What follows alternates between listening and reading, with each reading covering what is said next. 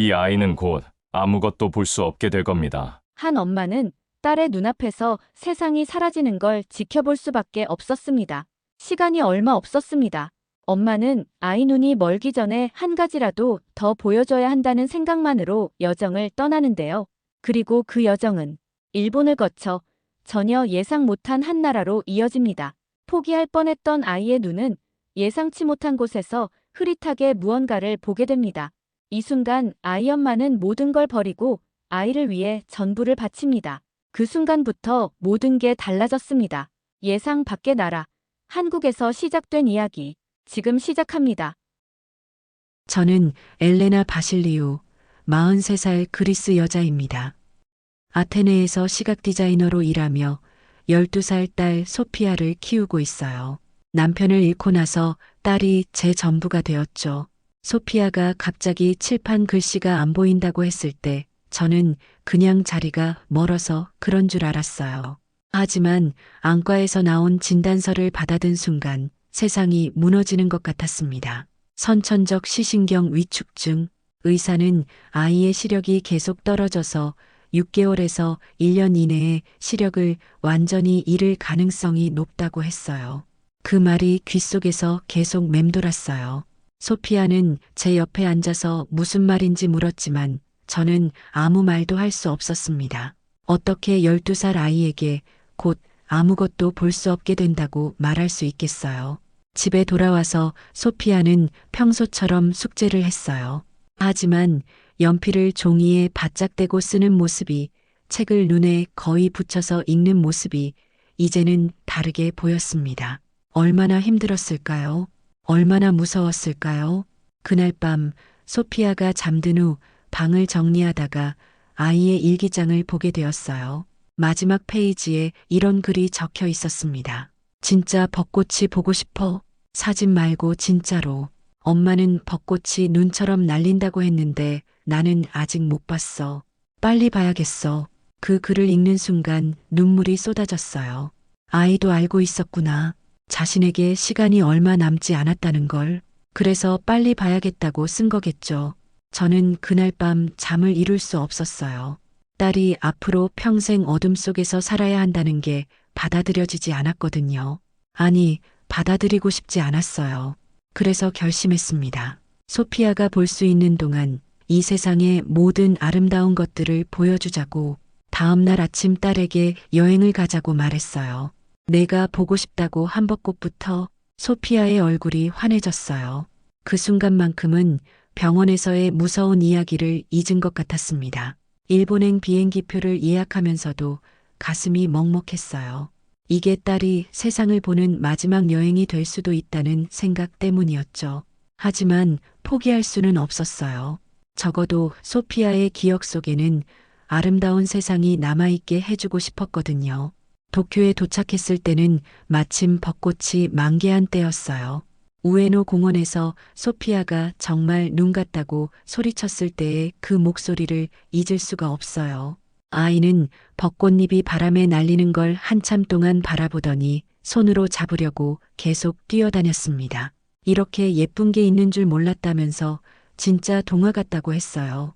그 말을 들으면서 저는 또 울었어요. 기쁜 마음과 슬픈 마음이 동시에 밀려왔거든요.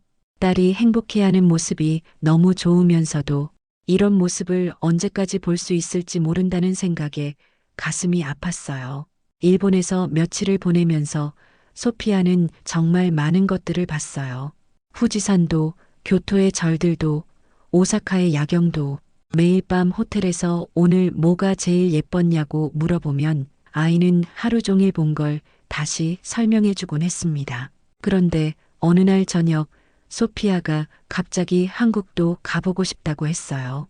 한국 가면 BTS도 보고 안경 없이도 세상을 볼 수 있을까 하면서요. 안경 없이 세상을 본다는 게 무슨 뜻인지 물어보니 그냥 그런 생각이 든다고, 한국은 뭔가 특별할 것 같다고 하더라고요. 저는 그냥 아이의 말장난인 줄 알았어요. 하지만 그 다음날 비행기에서 우연히 본 한국 잡지가 제 인생을 바꿔놓았습니다. 기내에서 받은 잡지를 넘기다가 눈에 띈 광고가 있었어요. 김한과 병원, 시신경 치료의 선두주자라는 문구와 함께 여러 나라 환자들이 웃고 있는 사진이 실려 있었습니다. 평소라면 그냥 넘겼을 텐데 그날은 왜인지 자꾸 그 광고가 눈에 들어왔어요. 시신경 치료라는 단어 때문이었을까요? 아니면 소피아가 한국에 가고 싶다고 한 말 때문이었을까요? 저도 모르게 그 광고를 오래 바라보고 있었습니다. 물론 믿지는 않았어요. 광고는 광고일 뿐이니까요. 그리스에서도 수많은 병원을 다녔지만 모두 같은 말만 반복했거든요. 치료 방법이 없다. 기적을 바라지 마라. 한국이라고 다를 게 있겠어요. 하지만 마음 한구석에서는 혹시나 하는 생각이 들었어요. 정말 만에 하나라도 소피아가 다시 볼 수 있게 된다면, 그런 가능성이 조금이라도 있다면 시도해보지 않을 이유가 없었죠. 그래서 결정했습니다. 일본에서 한국으로 바로 넘어가기로. 소피아가 원했던 BTS 공연도 보고 혹시나 해서 그 김한과병원이라는 곳도 가보기로 했어요. 기대는 하지 않았지만 후회는 하고 싶지 않았거든요. 서울에 도착하자마자 소피아는 신이 났어요. 공항에서부터 여기 사람들 정말 빨리 걸어 다닌다면서 눈을 반짝였죠. 한국어를 한마디도 모르는 저희였지만 공항 직원들이 영어로 친절하게 안내해줘서 생각보다 어렵지 않게 시내로 나올 수 있었어요. 호텔에 짐을 풀고 나서 첫 번째로 한 일은 BTS 콘서트 예매였어요. 다행히 당일 취소표가 몇 장 나와서 구할 수 있었죠. 소피아는 진짜 BTS를 볼 수 있다니 하면서 방 안을 뛰어다녔어요. 콘서트장에서 소피아가 보인 반응은 제가 평생 잊을 수 없을 거예요. 무대 조명이 켜지는 순간 아이의 눈이 정말 반짝반짝 빛났거든요. 음악이 시작되고 7명의 가수들이 나타났을 때 소피아는 제 팔을 잡고 진짜 BTS라고 소리쳤어요. 그런데 중간에 소피아가 갑자기 제 귀에 대고 속삭였어요. 무대 조명이 너무 밝아서 좀 아프지만 예쁘다고요. 그 말을 듣는 순간 가슴이 철렁했어요. 아이의 눈이 더 나빠지고 있다는 걸 실감했거든요.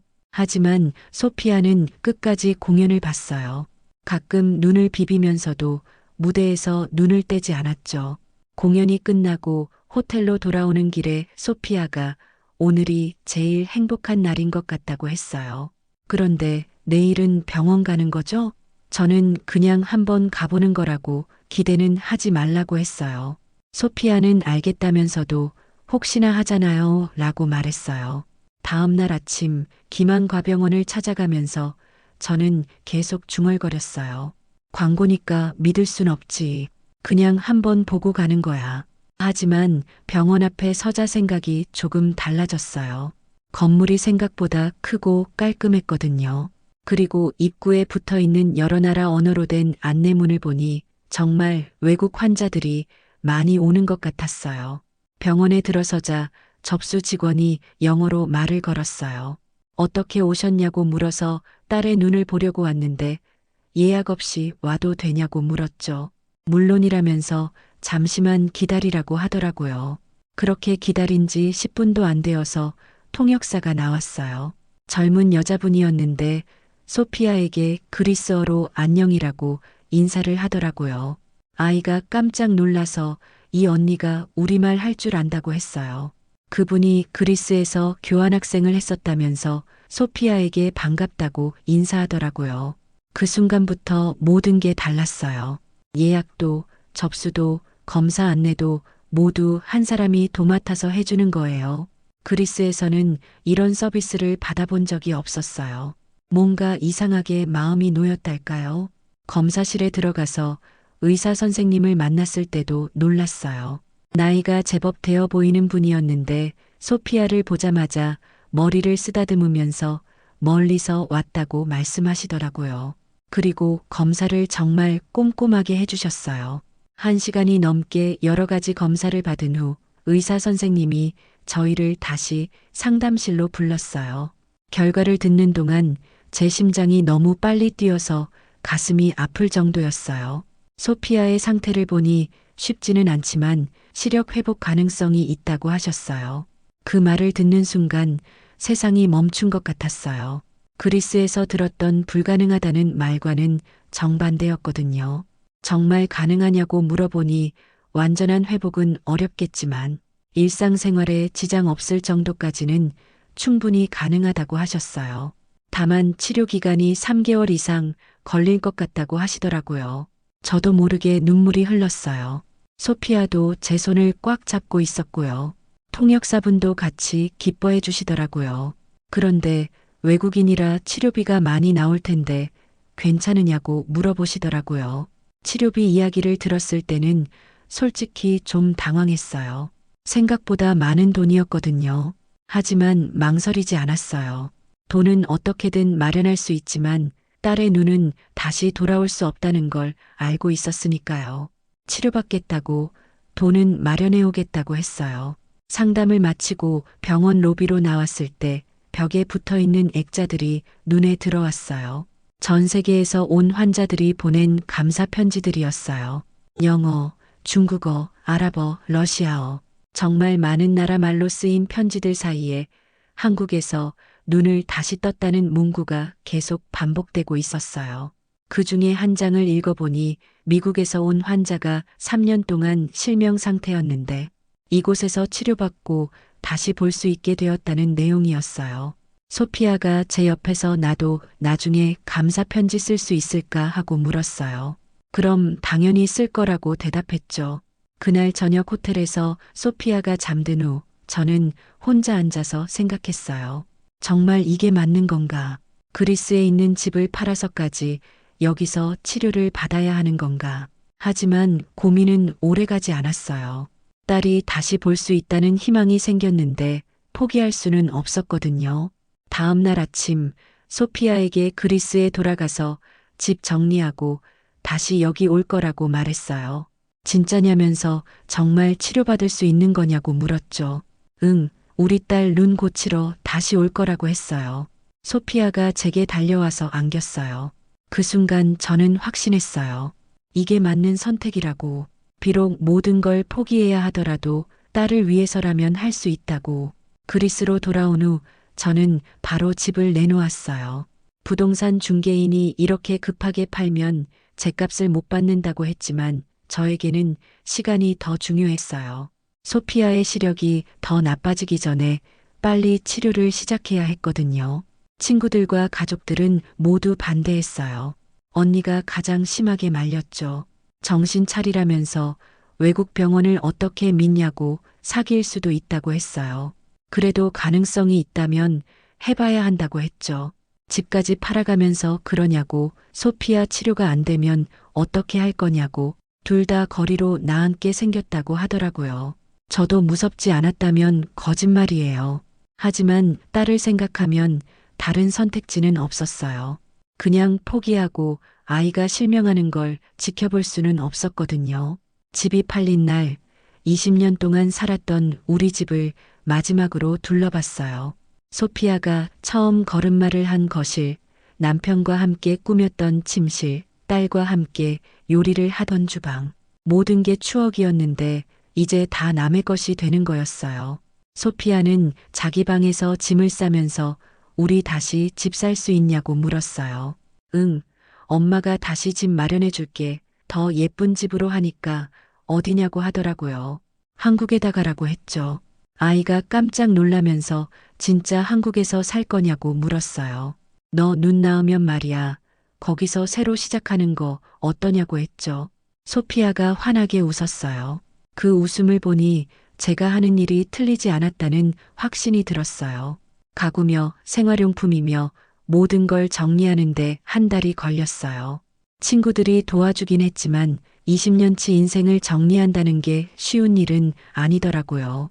그래도 치료비는 마련할 수 있었어요. 집값에 차까지 팔고 적금까지 모두 해지해서요. 출발 전날 밤 소피아가 제게 와서 무섭다고 했어요. 뭐가 무서우냐고 물으니 치료가 안 되면 어떻게 하냐고, 우리 집도 없다고 하더라고요. 저도 같은 생각을 하고 있었어요. 하지만 딸 앞에서는 약한 모습을 보일 수 없었죠. 괜찮다고, 엄마가 있잖다고, 엄마가 뭐든지 해줄 거라고 했어요. 정말이냐고 물어서 정말이라고, 엄마 말 믿지 않냐고 했죠. 소피아가 제 품에 안겼어요. 그때 마음속으로 다짐했어요. 꼭 성공시키겠다고, 딸이 다시 볼 수 있게 해주겠다고. 인천공항에 다시 도착했을 때 이상하게 마음이 편했어요. 이번엔 돌아갈 곳이 없었지만 오히려 홀가분했거든요. 뒤를 돌아볼 필요가 없었으니까요. 오직 앞으로만 가면 되는 거였어요. 김한과병원에 도착해서 접수를 하는데 직원분이 저희를 기억하고 있더라고요. 엘레나님, 소피아 양 다시 오셨네요. 기다리고 있었어요. 라고 하시더라고요. 그 말을 듣는 순간 가슴이 뭉클했어요. 정말 저희를 기다리고 있었다는 게 느껴졌거든요. 그냥 말로만 하는 게 아니라 진심으로요. 의사 선생님도 저희를 반갑게 맞아주셨어요. 힘들었을 거라면서 멀리서 다시 와주셔서 고맙다고 하시더라고요. 우리에겐 국적보다 간절함이 우선이라고 말씀하셨어요. 그 말을 들었을 때 정말 울컥했어요. 그리스에서는 한 번도 들어보지 못한 말이었거든요. 대부분의 의사들은 어쩔 수 없다, 포기하라는 말만 했는데 여기서는 간절함이 우선이라고 하니까요. 치료 계획을 세우는 동안 간호사분이 저희에게 혹시 머물 곳이 마땅치 않으시면 병원에서 연결해 드릴 수 있는 임시 숙소가 있다고 하셨어요. 외국인 환자 가족들을 위한 곳이라면서 자원봉사하시는 분들이 운영하는 곳이라고 하더라고요. 무료는 아니지만 호텔보다는 훨씬 저렴하다고 하셨어요. 그렇게 해서 저희는 병원 근처의 작은 원룸에 자리를 잡게 되었어요. 방은 작았지만 깨끗했고 무엇보다 따뜻했어요.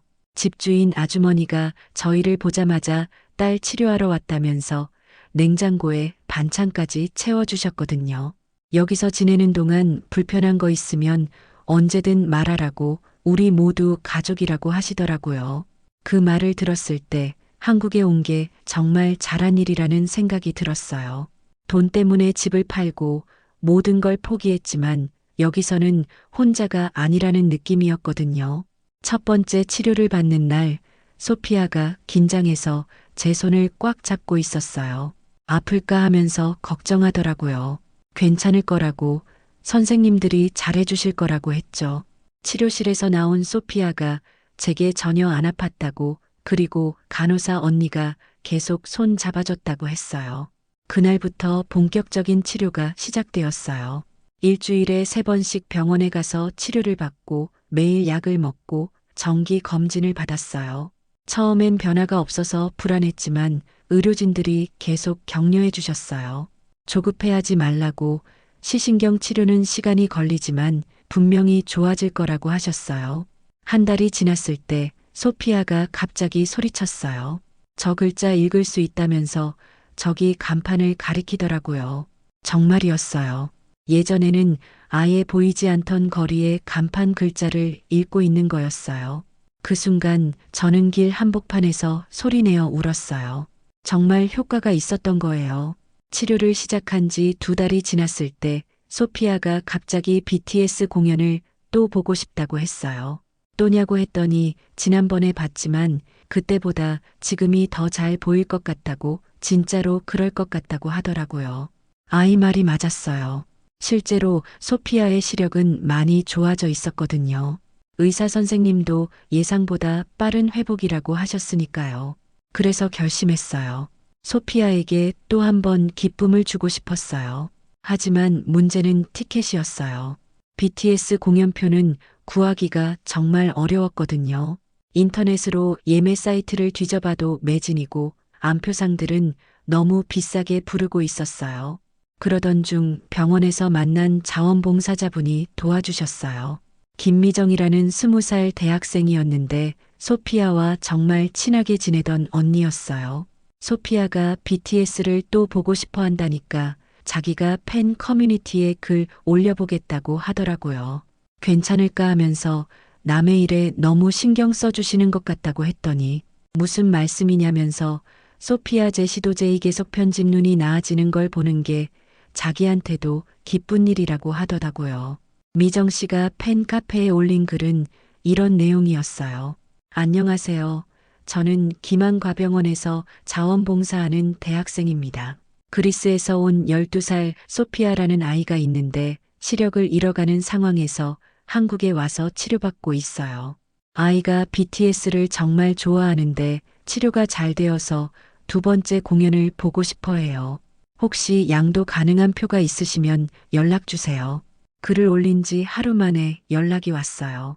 20대 초반의 남자분이었는데 자기가 가지고 있던 표를 원가에 양도해 주겠다고 하더라고요.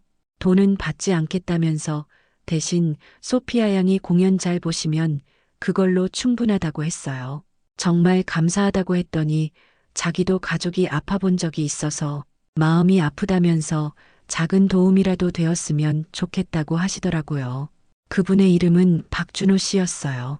나중에 알고 보니 대학생인데도 아르바이트에서 번 돈으로 그 표를 산 거였더라고요.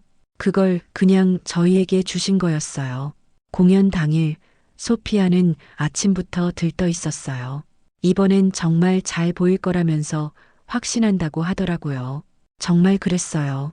소피아가 길을 걸으면서 저기 강아지 있다고 저 아주머니 옷 예쁘다고 하는 걸 보니 확실히 시력이 많이 좋아진 게 느껴졌어요. 공연장에 도착해서 자리에 앉았을 때 소피아가 갑자기 제 손을 잡더라고요. 고맙다고 하면서 뭐가 고마우냐고 물었더니 모든 걸 팔아서까지 저를 치료해 주셔서 그리고 이렇게 또 공연 보게 해주셔서라고 하더라고요. 그 말을 들으니 눈물이 핑 돌았어요. 12살 아이가 얼마나 많은 걸 느끼고 있었는지 알 수 있었거든요. 공연이 시작되자 소피아는 완전히 다른 반응을 보였어요. 지난번에는 무대 조명이 아프다고 했는데 이번에는 진짜 깨끗하게 보인다고 소리쳤어요. 특히 가수들이 무대 앞쪽으로 나와서 팬들과 인사할 때 소피아가 일어서서 손을 흔들면서 진짜 잘생겼다고 외쳤어요. 그 모습이 너무 귀여워서 주변 사람들도 다 웃었어요. 공연 중간에 소피아가 제 귀에 대고 속삭였어요. 무대 조명이 보인다고, 진짜로 보인다고 하더라고요. 뭐가 보이냐고 물었더니 저번에는 그냥 밝기만 느껴졌는데 이번에는 색깔도 보이고 모양도 보인다면서 빨간색, 파란색, 보라색이라고 하더라고요. 그 순간 저는 또 울었어요. 기쁜 눈물이었어요. 정말 딸이 나아지고 있다는 걸 확실하게 느낄 수 있었거든요. 공연이 끝나고 나서 소피아가 이 순간 평생 눈을 감아도 아깝지 않다고 했어요. 왜 그런 말을 하냐고 물었더니 너무 행복해서 이렇게 예쁜 걸 볼 수 있게 된 게 꿈 같다고 하더라고요. 집으로 돌아가는 지하철 안에서도 소피아는 계속 이야기했어요. 가수들의 옷 색깔, 무대 장치, 관객들의 반응까지 모든 걸 자세히 설명해 주더라고요. 예전 같으면 볼 수 없었던 것들을요. 그날 밤 소피아가 잠든 후 저는 혼자 앉아서 생각했어요. 정말 한국에 온 게 잘한 일이었구나. 집을 팔고 모든 걸 포기한 게 아깝지 않았어요. 딸이 이렇게 행복해하는 모습을 보니까요. 그리고 무엇보다 한국 사람들의 따뜻함이 너무 고마웠어요. 표를 양도해준 준호 씨도 도와준 미정 씨도 병원 직원들도 모두 진심으로 저희를 도와주고 있었거든요. 혈연 관계도 아닌데 말이에요.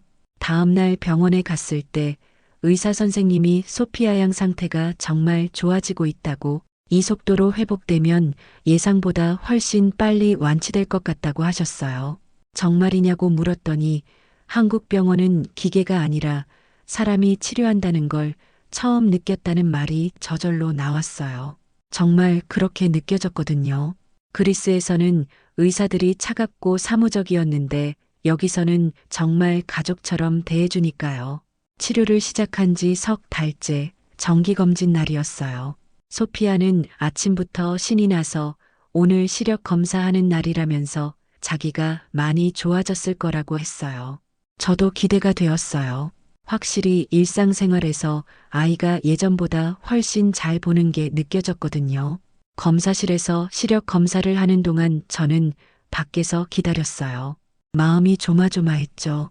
그런데 검사가 끝나고 소피아가 뛰어나왔어요. 0.5까지 봤다면서 정말 기뻐하더라고요. 의사 선생님이 나오셔서 결과를 설명해 주셨어요. 시력이 0.2에서 0.5까지 회복되었다고 예상보다 훨씬 빠른 회복 속도라고 하셨어요. 그 말을 듣는 순간 다리에 힘이 풀렸어요. 정말 기적 같은 일이었거든요.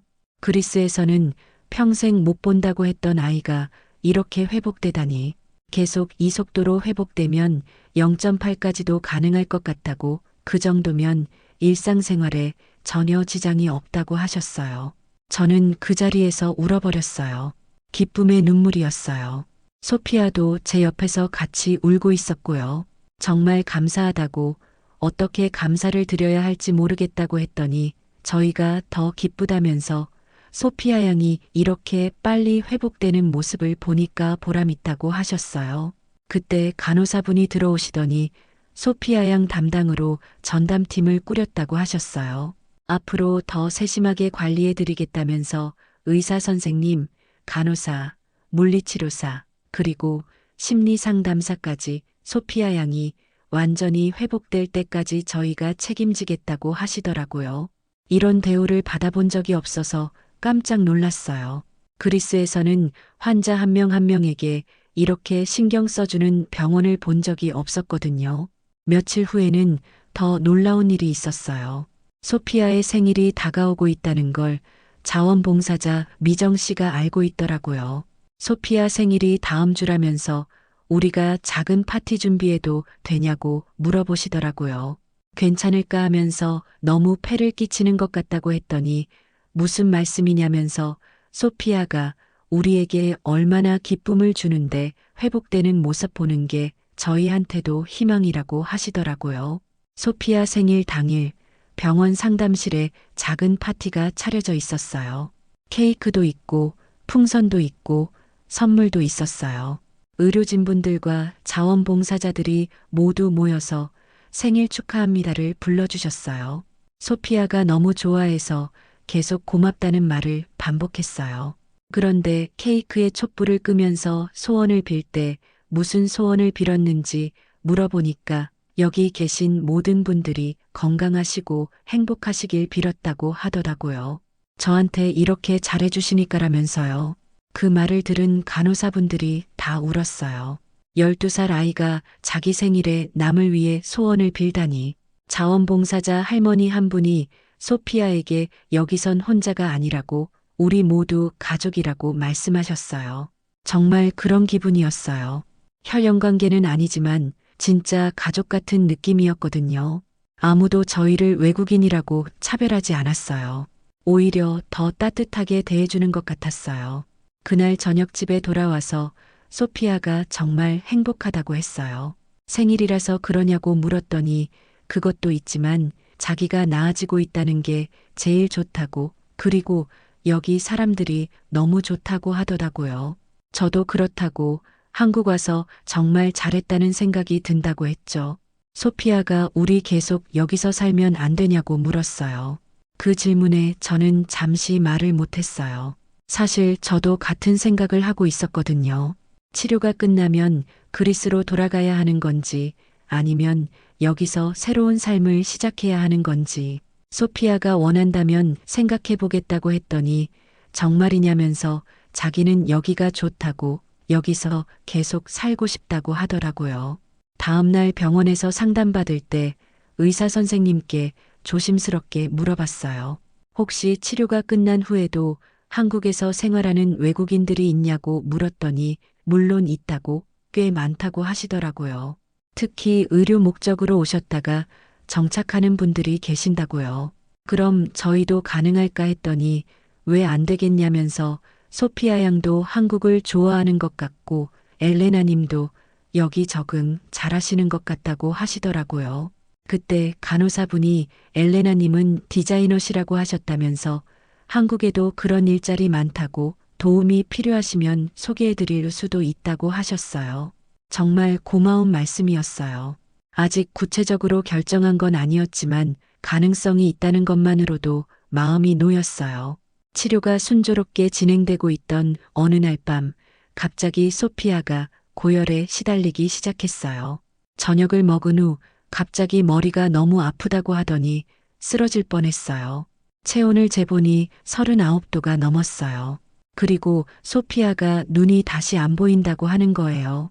갑자기 흐릿해졌다고, 엄마 얼굴도 잘 안 보인다고 하더라고요. 그 순간 세상이 무너지는 것 같았어요. 이렇게 좋아지고 있는데 갑자기 왜 이런 일이 생기는 거죠? 바로 병원 응급실로 전화했어요. 소피아 바실리우 환자인데 갑자기 고열이 나고 시력이 다시 안 좋아졌다고 했더니 지금 바로 오라고 당직 의사가 대기하고 있겠다고 하더라고요. 택시를 타고 병원으로 가는 동안 소피아는 계속 무섭다고 했어요. 저도 무서웠지만 아이 앞에서는 괜찮은 척 해야 했어요. 괜찮다고, 금방 나을 거라고, 선생님들이 다 고쳐주실 거라고 했죠. 응급실에 도착하자마자 간호사분들이 달려왔어요. 그리고 놀랍게도 소피아를 담당하던 의사 선생님이 직접 나와 계시더라고요. 밤늦은 시간인데도 말이에요. 어떻게 이런 시간에 선생님이 계시냐고 물었더니 소피아 양 상태가 갑자기 안 좋아졌다고 해서 바로 왔다고 걱정하지 말라고 하시더라고요. 검사를 받는 동안 저는 밖에서 기다렸어요. 1시간이 넘게 기다렸는데 정말 긴 시간이었어요. 온갖 안 좋은 생각이 다 들더라고요. 다시 못 보게 되는 건 아닐까? 치료가 실패한 건 아닐까? 드디어 의사 선생님이 나오셨어요. 일시적인 염증 반응이라고 치료 과정에서 생길 수 있는 일이라서 크게 걱정하지 말라고 하셨어요.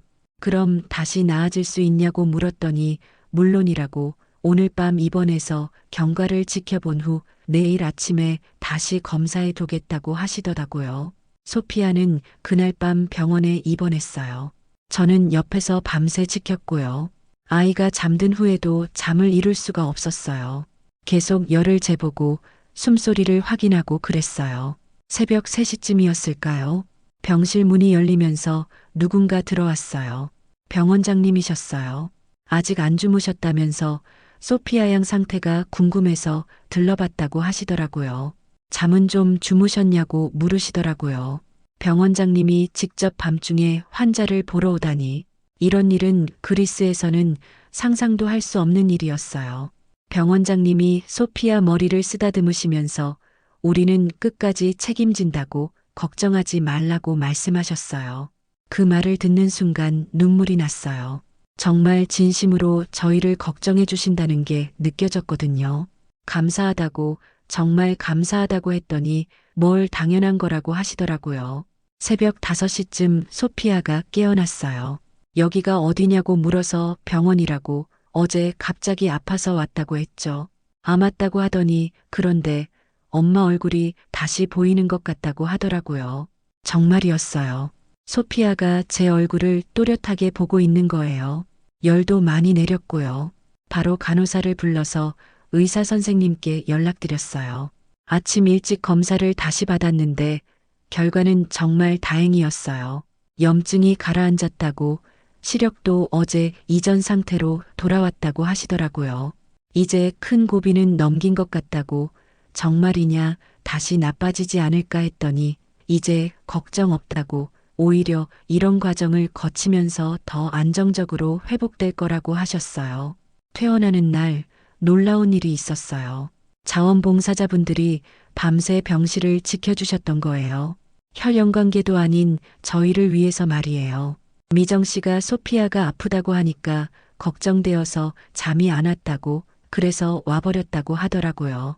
이렇게까지 해주시면 어떻게 하냐고 했더니 가족이니까 당연한 거 아니냐고 하시더라고요. 그 순간 정말 확실히 느꼈어요. 한국 사람들에게 저희는 단순한 외국인 환자가 아니라 진짜 가족이라는 걸, 이런 따뜻함을 어디서 받아볼 수 있을까요? 집으로 돌아가는 길에 소피아가 저 이제 정말 나을 수 있을 것 같다고 했어요. 어제 무서웠지만 모든 분들이 저를 위해 밤새 깨어 있어 주시는 걸 보니까 확신이 든다고 저 꼭 나을 거라고 하더라고요. 그 말을 들으니 저도 확신이 들었어요. 정말 소피아가 완전히 나을 거라고, 그리고 저희는 이곳에서 새로운 삶을 시작할 수 있을 거라고. 치료를 시작한 지 5달이 지났을 때 기적 같은 일이 일어났어요. 정기검진에서 소피아의 시력이 0.7까지 회복되었다는 결과가 나온 거예요. 0.7이면 일상생활에 전혀 지장이 없는 수준이라고 축하한다고 하시더라고요. 의사 선생님의 말씀을 듣는 순간 정말 꿈인 것 같았어요. 그리스에서는 평생 못 본다고 했던 아이가 이렇게 완전히 회복되다니. 소피아는 검사실에서 나오자마자 저에게 달려왔어요. 저 이제 정말 잘 보인다면서 저기 저 작은 글씨까지 다 읽을 수 있다고 하더라고요. 정말이었어요. 복도 끝에 있는 작은 안내문까지 또렷하게 읽고 있는 거예요. 몇 달 전만 해도 제 얼굴조차 흐릿하게 보던 아이가 말이에요. 그때 저는 갑자기 뭔가 하고 싶은 게 생겼어요. 저희에게 이런 기적을 주신 병원에 제가 할 수 있는 방식으로 감사를 표현하고 싶었거든요. 제가 디자이너인데 병원을 위한 포스터를 만들어 드리고 싶다고 했어요. 저희처럼 해외에서 온 환자들이 희망을 가질 수 있도록 하는 그런 포스터를 만들고 싶다고 했더니 의사 선생님이 기뻐하시면서 정말 좋은 생각이라고 꼭 부탁드리겠다고 하시더라고요. 그날부터 저는 포스터 작업에 들어갔어요. 제목은 당신들이 우리에게 보여준 세상이었어요. 소피아가 처음 한국에 왔을 때부터 지금까지의 모습을 담은 디자인이었죠. 일주일 만에 완성된 포스터를 병원에 가져갔을 때 직원분들이 정말 좋아하셨어요. 이거 너무 예쁘다면서 로비에 걸어도 되냐고 하시더라고요. 물론이라고 얼마든지 사용하라고 했죠. 그리고 며칠 후 놀라운 일이 일어났어요. 병원 공식 SNS에 엘레나 모녀 이야기가 올라온 거예요. 저희 이야기가 동영상으로 만들어져서 많은 사람들에게 공유되고 있었어요. 그리스에서 온 소피아와 엄마 엘레나의 감동 스토리, 사랑으로 이겨낸 시력 회복의 기적이라는 제목이었어요. 댓글에는 전 세계 사람들의 응원 메시지가 달려 있었어요.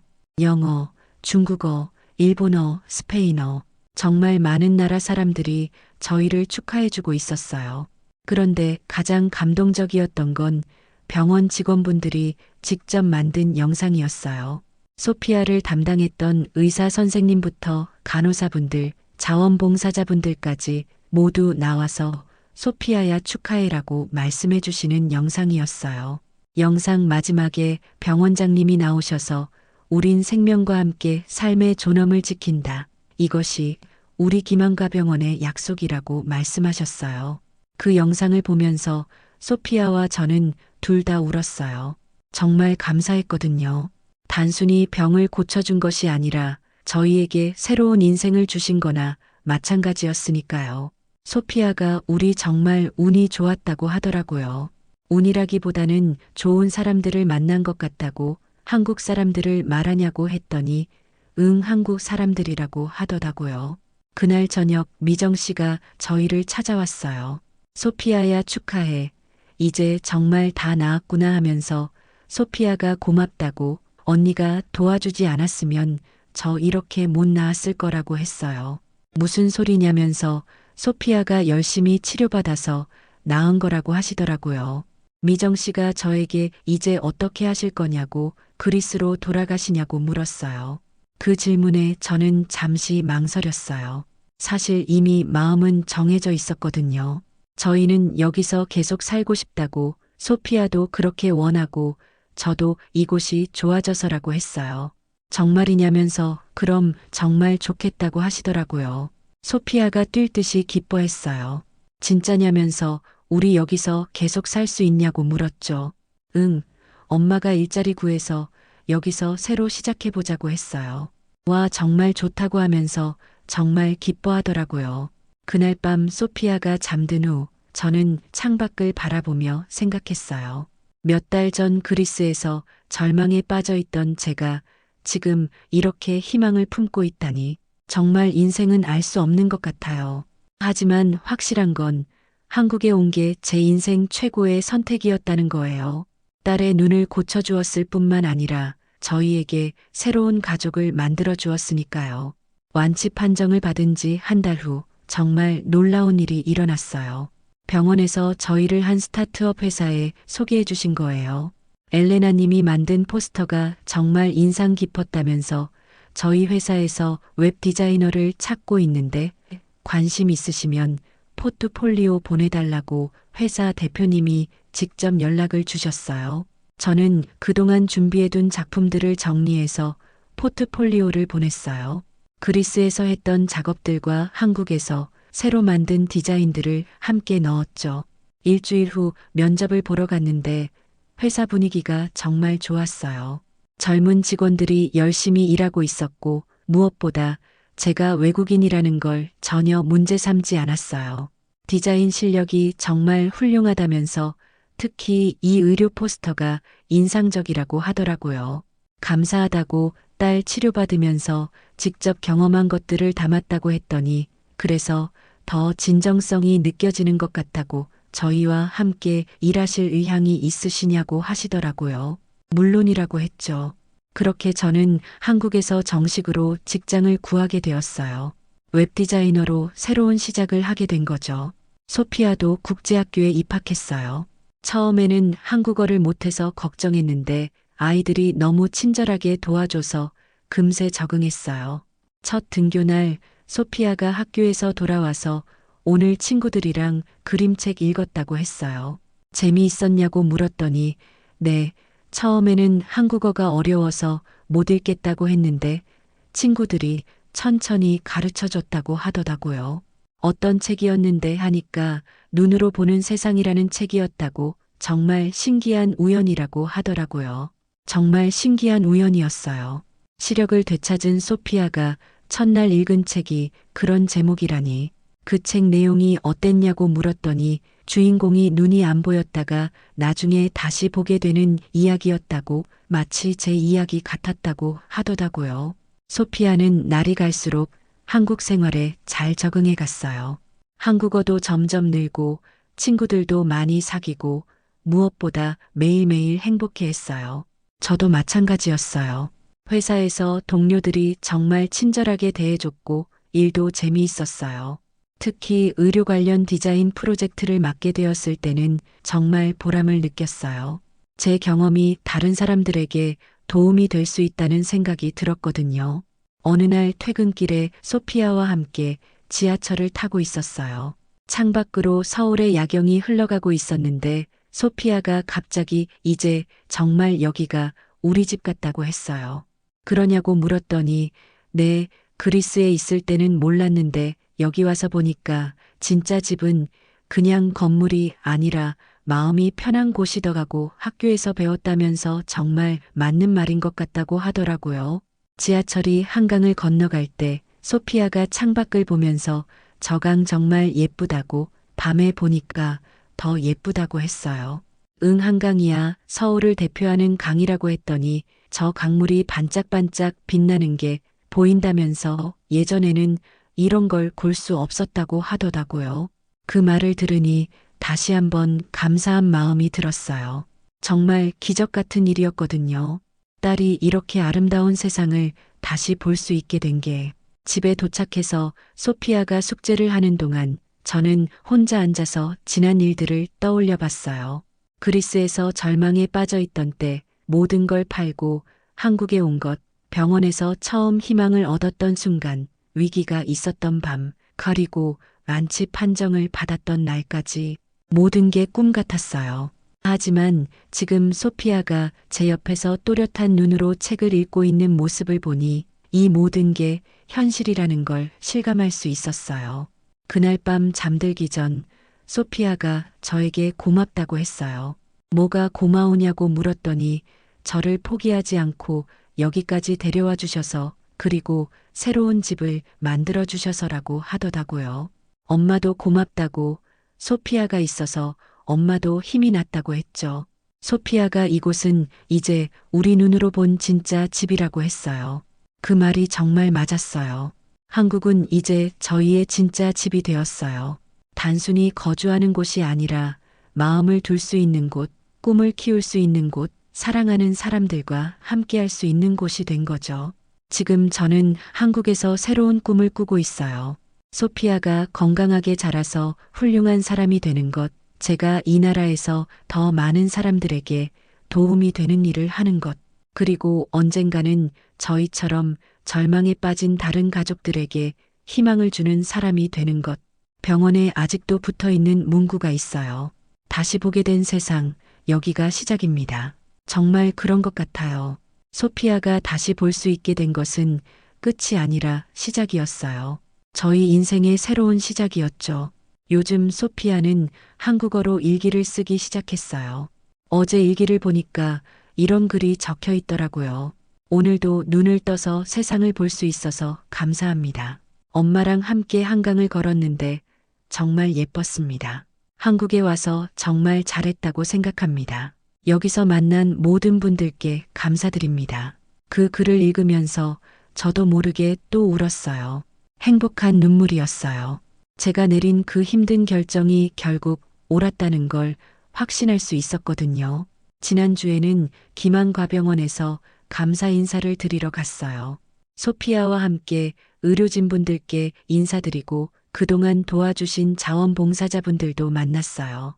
의사 선생님이 소피아를 보시면서 정말 많이 컸다고 이제 완전히 건강한 아이라고 하셨어요. 선생님 덕분이라고 정말 감사하다고 했더니 우리도 고맙다고 소피아 덕분에 우리도 큰 보람을 느꼈다고 하시더라고요. 미정 씨도 와 있었어요. 지금은 대학을 졸업하고 간호사가 되어서 그 병원에서 일하고 있더라고요. 소피아가 와 미정 언니 축하한다고 하니까 소피아 덕분에 간호사가 되고 싶다는 꿈이 더 확실해졌다고 고맙다고 하시더라고요.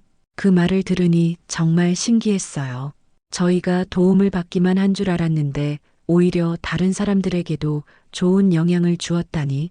집으로 돌아오는 길에 소피아가 저도 나중에 미정 언니처럼 다른 사람들을 도와주는 일을 하고 싶다고 했어요. 어떤 일이냐고 물었더니 아직 정확히는 모르겠지만 저처럼 아픈 아이들을 도와주는 일을 하고 싶다고, 제가 받은 도움을 다른 사람들에게도 줄 수 있는 그런 일을 하고 싶다고 하더라고요. 그 말을 듣는 순간 가슴이 뜨거워졌어요. 12살짜리 아이가 벌써 그런 생각을 하고 있다니 정말 자랑스러웠어요. 좋은 생각이라고 엄마가 응원할게라고 했더니 정말이냐고 하더라고요. 응, 소피아가 원하는 일이라면 뭐든지 할 수 있다고 했죠. 지금 저희는 서울 마포구에 있는 작은 아파트에서 살고 있어요. 크지는 않지만 따뜻한 우리만의 공간이에요. 소피아는 매일 학교에 가서 친구들과 놀고 저는 회사에서 의미 있는 일을 하고 있어요. 주말에는 한강에서 산책을 하거나 궁궐을 구경하거나 맛있는 음식을 먹으러 다녀요. 소피아가 가장 좋아하는 건 떡볶이와 김밥이에요. 처음 먹어봤을 때 이렇게 맛있는 음식이 있다니 하면서 정말 맛있게 먹더라고요. 어제 저녁에는 소피아가 갑자기 저에게 행복하냐고 물었어요. 응, 정말 행복하다고. 소피아는 어떠냐고 했더니 저도 행복하다고, 그런데 가끔 그리스가 그립다고 하더라고요. 그렇지, 고향이니까라고 했더니 하지만 여기가 더 좋다고, 여기서 저는 다시 볼 수 있게 되었고 엄마도 웃게 되었으니까라고 하더라고요. 정말 맞는 말이었어요. 그리스에 있을 때는 매일 걱정과 절망으로 지냈는데 여기서는 매일 희망과 감사로 살고 있어요. 요즘 저는 가끔 생각해요. 만약 그때 한국에 오지 않았다면 어떻게 되었을까? 소피아는 정말 시력을 잃었을까? 저희는 계속 절망 속에서 살았을까? 하지만 그런 가정은 의미가 없다는 걸 알아요. 중요한 건 지금이니까요. 지금 소피아가 건강하고 저희가 행복하고 새로운 꿈을 꾸고 있다는 거니까요. 가끔 병원에서 만난 다른 외국인 환자 가족들을 생각해요. 저희처럼 멀리서 온 사람들이 많았거든요. 그분들도 다 좋은 결과가 있기를 바라요. 그리고 저희처럼 한국에서 새로운 희망을 찾기를 바라고요. 얼마 전에는 그리스에 있는 언니에게 전화를 했어요. 엘레나, 너 정말 잘했다고. 처음에는 미쳤다고 생각했는데 결과를 보니까